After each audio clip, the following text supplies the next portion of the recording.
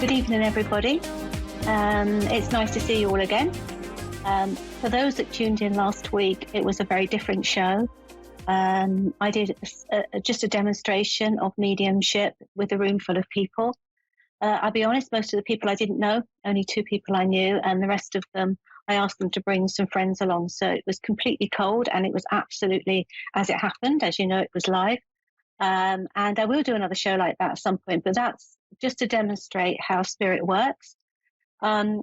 Interestingly enough, because it was friends of the people, I did actually get 2 lots of feedback during the week of messages that I'd given out, which they wasn't sure about on the evening. One was about a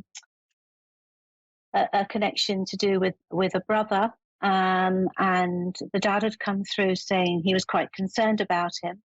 And one of them was about a friend of one of the people in the room called Adam, and I had confirmation that unfortunately his father had passed 10 days previous, and he'd only just found out about it. So, but everything was as it was, and I hope you enjoyed it. I know it's something a little bit different. So I've had a really crazy week. I've worked all weekend because I was teaching at the weekend in my Bringing the Tarot to Life course. And that course is really for complete beginners, where I talk through the 78 cards. I do give them some one-liners because I think when we first start off to learn tarot, it's really hard to learn all the different things the card could be. And over the years, I've established my own kind of one-liners, and I give those to people so that it can get them started. But probably one of the most difficult things in tarot is linking the cards and understanding that it's not just about the card, it's where it sits in the reading, and whether it's appertaining to home, whether it's appertaining to work, whether it's appertaining to what's opposing you, i.e., the struggles that you've had in the past and maybe going forward. And it's the things that you're going to have to overcome. So we spent quite a long time, almost the whole of Sunday, just understanding how we put things together. They did a fabulous job, as always. And I was really delighted at the end of it. At least they felt confident to sit there and do a few little readings for other people in the group. So, but I like to say to everybody, you can't learn tarot in 5 minutes. You can't learn spirit, how to work with spirit in 5 minutes. Practice makes perfect. And I also will be totally honest, when I first started to learn tarot, I found that the hardest of all the spiritual tools. Working with photographs, working with jewelry came very naturally to me.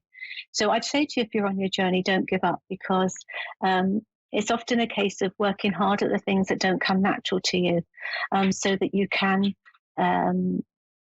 just get better at it, really, and just be able to feel more confident about actually the whole process.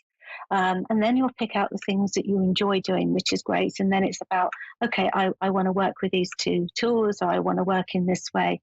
And it's all fab. But it's very easy to think, oh my goodness, this is too hard. And in fact, at the end of day 1, I was quite surprised. I was thinking, how many of them are coming back tomorrow? Because I had overloaded them with so much information. But they all came back, and they said they did, because by the end of the Sunday, they just felt totally different about the whole thing of tarot. So if you're learning tarot out there, please stick at it. I think it's really quite difficult to learn. It took me a long time. I used to just learn 1 card at a time. And I wasn't in any rush. I just took my time until I felt comfortable about the whole thing. So I will be teaching that course again at the end of the year, and they were asking me about some regular development classes, which I am going to do for them. But just a lot going on, and I'm going to try and put that course over Zoom, and so it allows other people that can't necessarily get to me where I live, because I do live in the south, so even people from the north of the country, it would be difficult to get to me. So I'm going to try and put that over Zoom and put that online for people to get involved in, because it is a really popular course. But I do appreciate, I do have people that will travel an hour to come to a course, but it is more difficult for people that live further afield. So, and the week before, I was doing a crazy night at the Hampshire Court Hotel. What a fabulous evening. I had nearly 160 people in the room. I think it was about 155, 156 people. We had some really meaningful, beautiful messages that went out, and lots of lovely thank yous I got for the messages that people come through, that got messages, and even people that didn't get messages. I had an amazing amount of people that just came up and thanked me for a lovely evening, because we always, as ever, at those evenings have laughter, tears, and all sorts of things in between, because you never know what's going to come out at one of those evenings. So as we move towards the second half of the year, I should be closing my, that's the last course I run the first half of the year. I will not be teaching again until starting from September onwards, so that we can all have some sort of break during the summer holidays. And likewise, I've got one more evening of clairvoyance at the Spice Merchant, which is Thursday the 9th of June. And that's me finished with evenings of clairvoyance for the first half of the year. So the summer, it's a complete break from those things. And it's just business as normal, seeing clients and also catching up on things like my website and doing all the other bits which you have to do as when you run a business that I don't always get time to when I'm busy working almost 5-6 days a week all the time. So I'm just waiting for a call. But I just wanted to say to you that, it's very exciting. I know the producers asked me if I'd do another evening like that. I'm more than happy to do something. I hope you enjoyed it. And, as we go forward, I don't know if you've been to evenings like that, but if there's anything local in your area where somebody's doing some evenings of clairvoyance, it's always lovely to go and see. And it's not always about getting a message for yourself, but it's certainly about seeing how spirit works, and the giving and the receiving of messages, and how powerful it can be, especially when I truly believe that the people that really need the message get them, even if they don't realize it at the time. So always go and do that. And if you're on a spiritual journey and you are learning mediumship or psychic work, it's always interesting to go and see how other people work. I still research other people now. I still love to go. And if you're wondering, Lesley must get lots of messages. I have never had a message at an evening like that. But you know what? It doesn't worry me, because that's not what I'm necessarily. Yes, I'd love to get a message, but by the same token, I'm more than happy to see everybody else get their messages. And I love to see other mediums work and just see the reaction of people, because when I'm working and delivering the messages, I don't see the reactions across the room that you do get when you're there from the other end of it. So, I love to go and do those things as well. And I would encourage anybody that's learning just to go and see. And, just to go and see how other people work, because it's always interesting. And, no two people work the same. And we're all individuals, and that's the way it is. And I forever say to my the ones that come on my courses, well, you want to be you when you teach. You don't want to be like me. Lovely. I've got a lady waiting for a call from a lady called Diana. Is that correct? Is it Diana in Florida? Yes. Hello, is it Diane? Sorry, Diane. I put an A on the end of your name. I do apologise. How are you today? Oh, I'm doing fine. Thank you. You're welcome. How can I help you, Diane? Well, nothing. I was just interested in, I know you do medium and I know you do general guidance. I'm interested in what you'd have to say. Okay, so was it about guidance though, is it? Or is it about you wanting me to bring somebody through? And do you have a dad in spirit?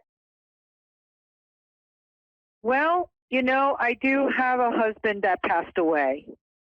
No, but do you have a father in spirit? Do I have a father in spirit? A dad? No, my dad is still alive. Your dad's still alive. Okay, I'm still getting like a father figure. So was your husband older than you? He was 10 years older than me.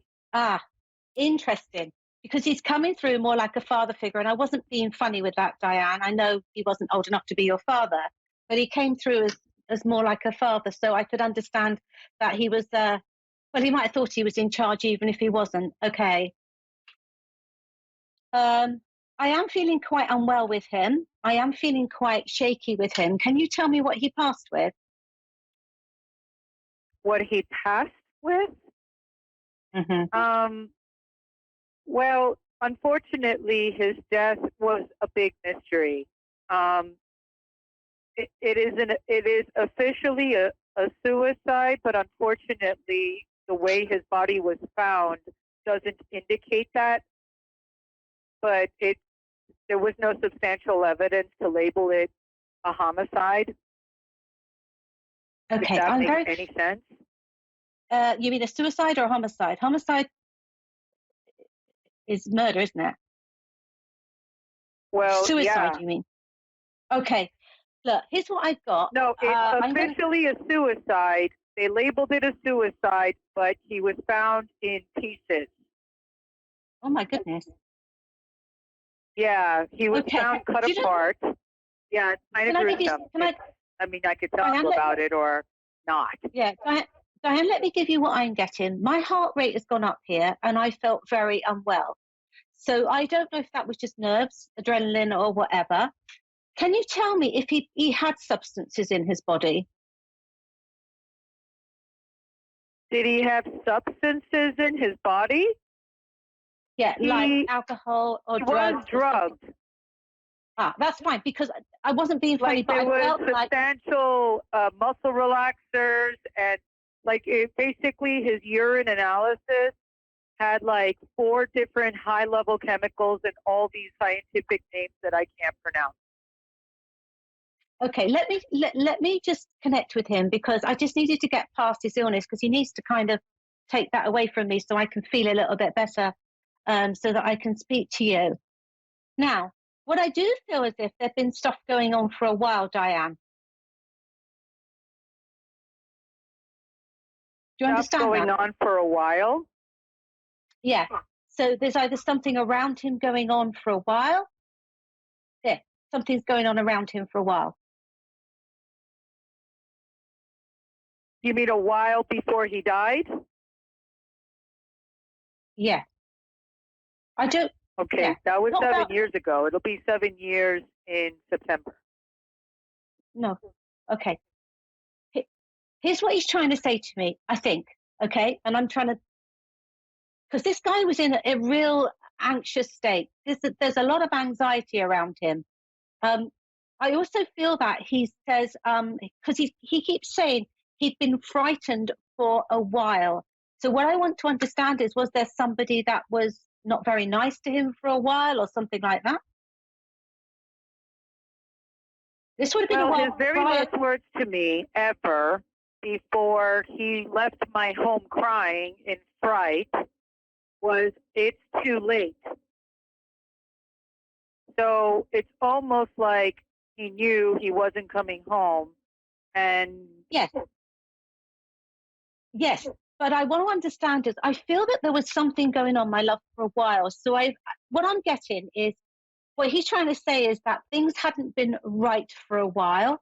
I felt that, I don't know if he was in with the wrong crowd or there was the wrong people around him, Diane, but something wasn't right for a while before I passed. Because this man was very anxious prior to his passing, very anxious.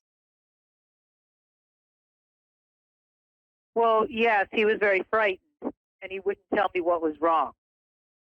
This is why I don't think it was a suicide. Well, I don't think it was a suicide either. I don't think it was a suicide either. I'm going to be honest with you. But I am going to say to you, I think the last 5 or 6 months of before this man passed, was very scary, very, well, he was just anxious the whole time.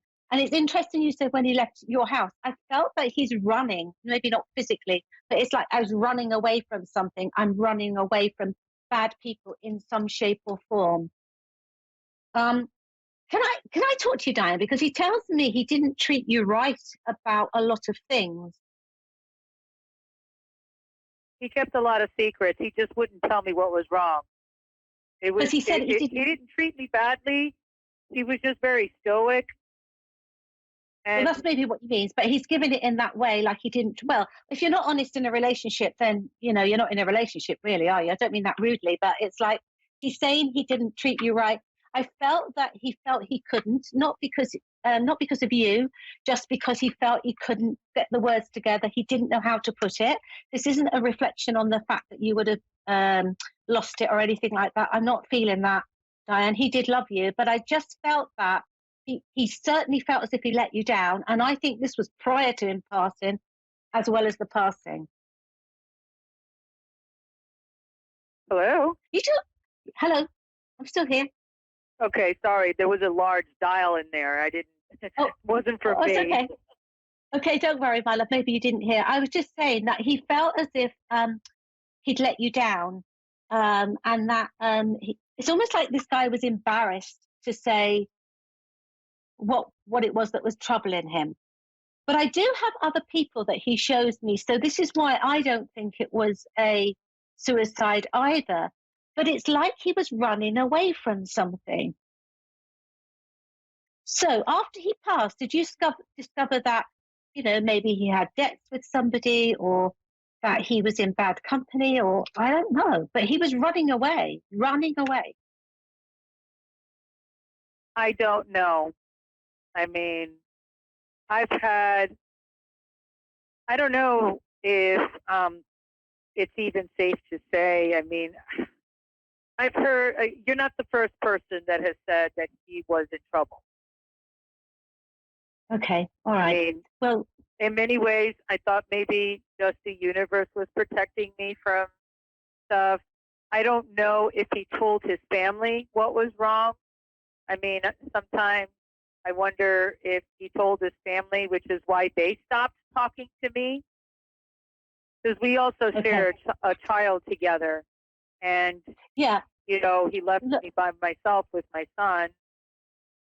Yeah, so that would be another reason why he might say, Diane, that he hadn't treated you fairly.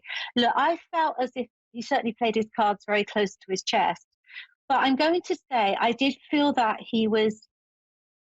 there was some deceit there. I'm not saying he was seeing somebody else. That's not where I am with it. It's much more about I'm keeping this massive secret. And then it caused confusion for him.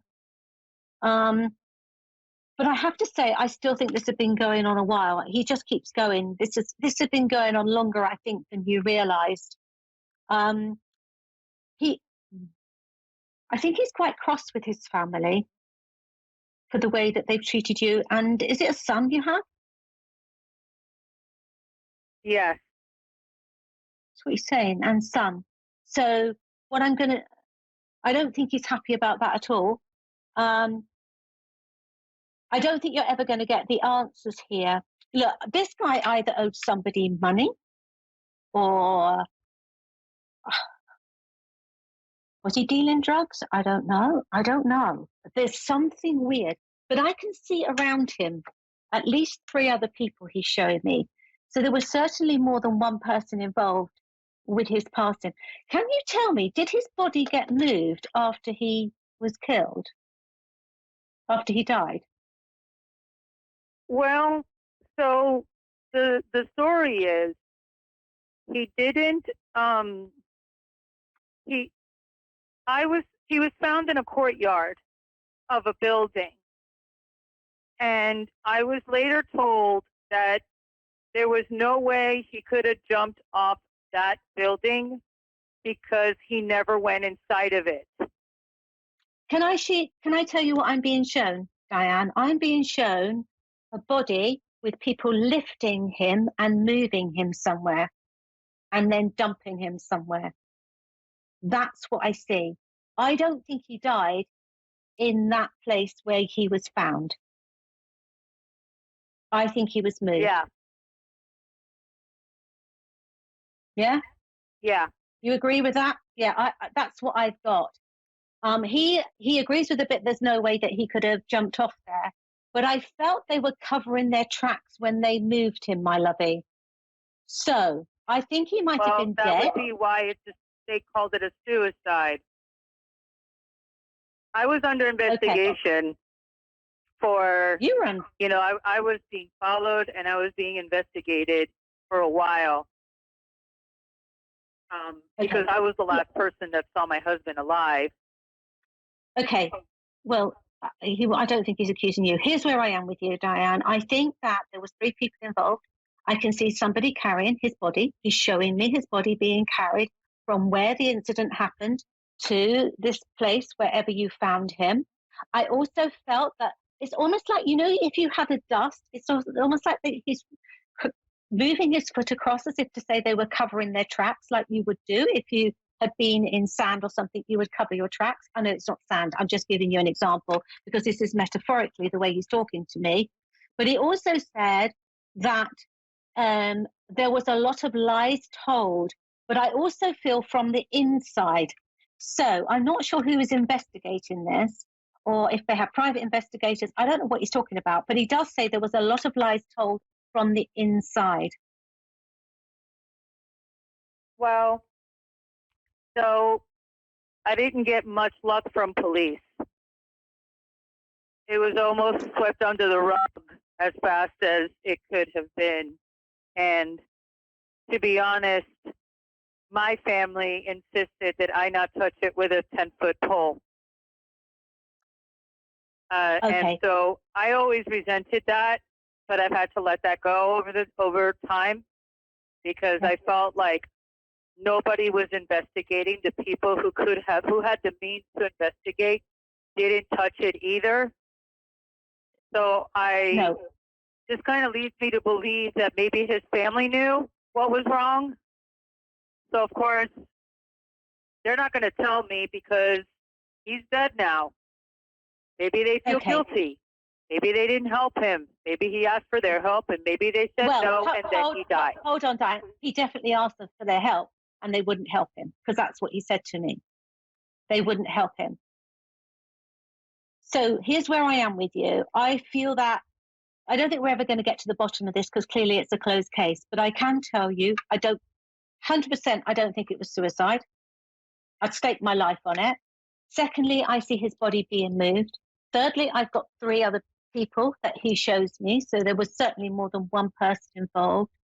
I certainly feel that he was in trouble, though, either owing money or having drugs, or there's something. It's almost like he couldn't pay up for something. Yeah, I want to say he couldn't pay up for something. So it could be that he was not paid for drugs, or he didn't pay a loan back. I don't know, but he didn't pay for something. But I can tell you that these people were certainly dodgy people. He shows them as like gangsters, shows them like the mob. I mean, clearly it's not the mob, but it's something. Then these people are well known for it. But the weirdest thing is, I think these people are in with the police. I'm really staking my life here, aren't I, tonight? But I feel like the police, because I felt like it was covered up from the inside. Yeah, sometimes I always had that feeling that it had authority badges involved, but whatever. At this point, he's dead. Okay. Well, I'm pleased he's taken that horrible feeling I had, but no wonder I felt so weird when he came through because it's like he was drugged and everything else. No wonder I felt really rough about it. But he does keep saying he's sorry to let you down. He's sorry to let you down. He also, wants you to know that whatever it was, he couldn't tell you. So again, I don't think we're still going to get that message from Spirit because he doesn't want you to know. He doesn't want you to think badly of him. But he was certainly in trouble, this man. He was certainly in trouble, and he was certainly 6 months, at least 6 months before he passed. I'm going to tell you there was a lot of stuff going on. Can I ask you, have you moved since he passed? He talks about you moving. Yes. Okay. I feel this is good. He said that was the right thing to do because I felt you would never get peace wherever you were before. So this seems to be a better thing for you. You have been through some sort of therapy, Diane, yes? Yes. He talks about that for maybe a couple of years. So he's pleased that, you've at least tried to sort this out. He's sorry he can't answer. You're never going to get all the answers. But he just keeps saying he's sorry to let you down. So that's a big message. He just keeps going, I'm really sorry to have let you down. I feel that your son is doing quite well now. As best as he can. As best as he can. Well, he says he's doing quite well now. Dad is pushing him from spirit. I mean that in the nicest possible way. He's trying to give him a nudge in the right direction, tell him that Dad is always there for him. And I have to say, obviously he won't maybe remember his dad as well as what he should do for different reasons, Diane, but he isn't a bad person. I don't have a bad person here. I'll be honest with you. I just think he was caught. The words he uses was, I was caught out. I was caught out. So whatever he was doing, that's the phrase that he uses. Okay, Diane. I was what? Courthouse? I'm sorry? Caught out. He was caught out. So it means... Yes, okay. Yeah, caught out. Sorry, I know you do have different phrases, but the phrase that he's given me is, I was caught out. So I just felt that, there was no way out of it for him. But I'm going to tell you now, Diane, I genuinely don't think it was suicide. And I see his body being moved, so there's no way this was suicide. Yeah, I knew that. I didn't investigate it because it was almost in your heart. I needed to leave it alone. Yeah, well, maybe now's the time just to confirm that for you. You're not completely crazy, bless you. I'm sure you must have felt it at times, and I'm not saying you were crazy at all, but you just feel it when you're going through it, don't you? But I'm going to leave his love with you now and wish you all the very best, and hopefully that's helped a little bit, at least validate your thoughts on his passing. Well, thank you. Thank you so much, ma'am. You're very welcome. All the very best. Okay. Thanks. Okay. Wow, that was a tough one this evening, but that's unfortunately, that's life. It isn't easy. And we never know any trials and tribulations that we're going to have to go through. So anyway, I'll be here next Tuesday. I never remember all the times, but I know it's 7:30 UK time. And I will be doing some more readings and maybe a little bit of education or something next week.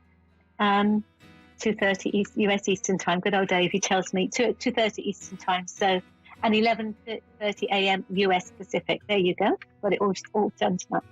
So if you're interested in visit me, it's lesleycarverpsychicmedium.com on the World Wide Web, or Lesley Carver Psychic Medium on Facebook, or Instagram is also Lesley Carver Psychic Medium. So you can link with me in any of those ways.